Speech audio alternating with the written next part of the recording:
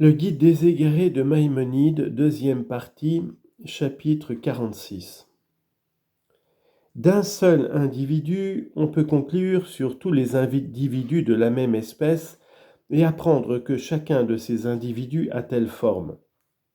En disant cela, j'ai pour but d'établir que, de la forme de l'une des relations des prophètes, tu peux conclure sur toutes les autres relations de la même espèce.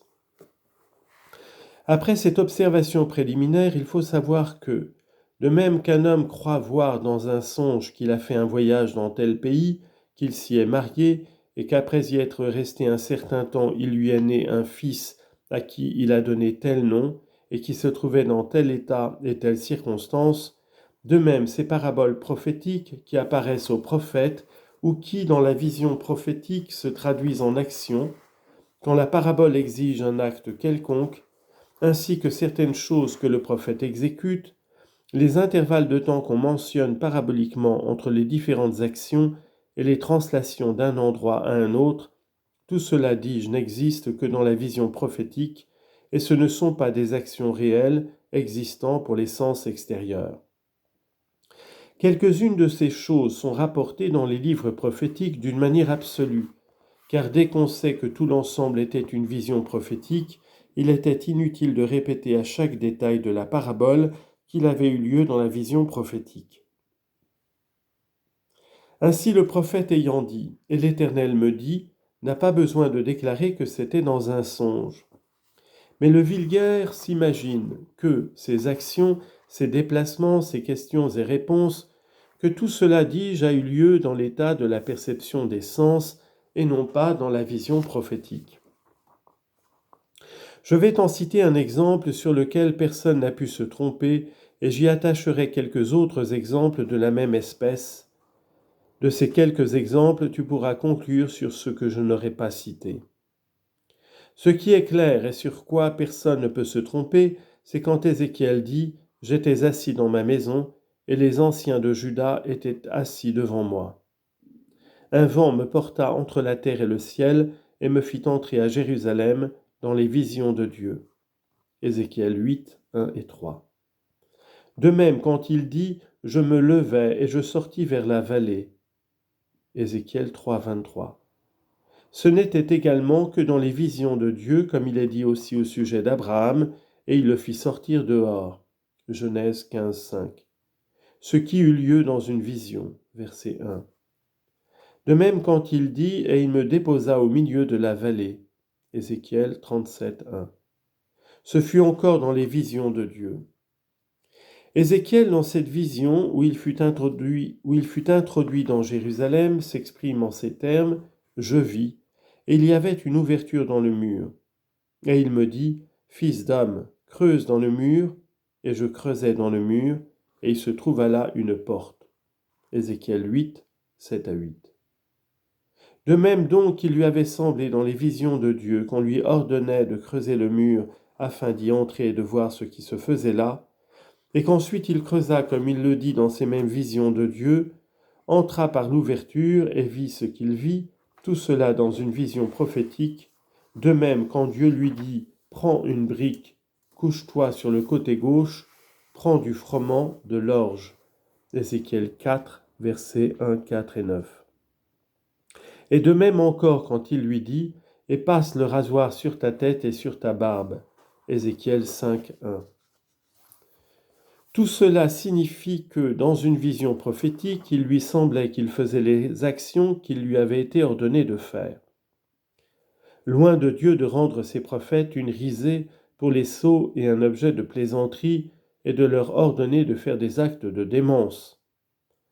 Ajoutons à cela qu'on lui aurait ordonné de désobéir à la loi, car comme il était prêtre, il se serait rendu coupable de 2 transgressions pour chaque coin de barbe ou de chevelure qu'il aurait coupé. Mais tout cela n'eut lieu que dans une vision prophétique.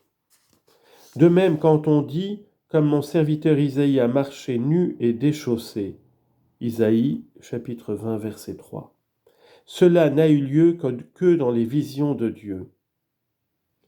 Il n'y a que les hommes faibles en raisonnement qui croient que dans tous ces passages, le prophète raconte qu'il lui avait été réellement ordonné de faire telle chose et qu'il l'a faite. C'est ainsi qu'il raconterait qu'il lui avait été ordonné de creuser le mur qui était sur la montagne du Temple à Jérusalem, quoiqu'il fût alors à Babylone, et il ajouterait qu'il le creusa réellement, comme il le dit, « et je creusais dans le mur ».